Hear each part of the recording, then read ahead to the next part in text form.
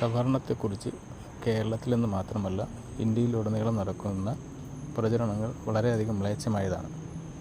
ഇതിൽ ജനസംഖ്യ അനുപാതമനുസരിച്ച് ഉദ്യോഗം, പ്രാതിനിധ്യം എന്നിവ നിങ്ങൾ നോക്കേണ്ടതാണ്.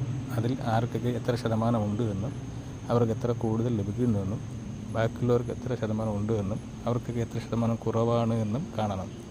ഇത് കാണുമ്പോൾ അല്ലെങ്കിൽ കേൾക്കുമ്പോൾ അല്ലെങ്കിൽ വായിക്കുമ്പോൾ നിങ്ങൾ മനസ്സിലാക്കേണ്ടത് പ്രത്യേകിച്ച് നായർ, മുന്നോക്ക സമുദായം, മുന്നോക്ക ക്രിസ്ത്യൻ, ഈഴവർ എന്ന് പറയുന്ന ആൾക്കാർ, പിന്നോക്ക വിഭാഗത്തിൽപ്പെട്ട ഹിന്ദുക്കൾ അടക്കമുള്ളവർ മറ്റുള്ളവർ പ്രചരിപ്പിക്കുന്ന അസൂയ, കുശുമ്പ്, വഞ്ചന എന്നിവ മൂത്തിട്ട് മറ്റുള്ള വിഭാഗക്കാരുടെ മേൽ കരിവാരിത്തേക്കുന്ന പ്രചരണങ്ങൾ നിർത്തുക, അല്ലെങ്കിൽ അത് ചെയ്യരുത് എന്നാണ് പറയാൻ ഉദ്ദേശിക്കുന്നത്. ഇത് പ്രത്യേകിച്ച് ചെയ്യേണ്ടത് പുത്തൻ തലമുറയിലുള്ള കുട്ടികളാണ്. പഴയ കിളവന്മാരോടൊന്നും പറഞ്ഞിട്ട് കാര്യമില്ല. യുവതലമുറകൾ അത് ചെയ്യാതിരിക്കുക. അത് തെറ്റായ പ്രചരണങ്ങളാണ്. അതിലേക്ക് വഴിതെറ്റി വീഴരുത്.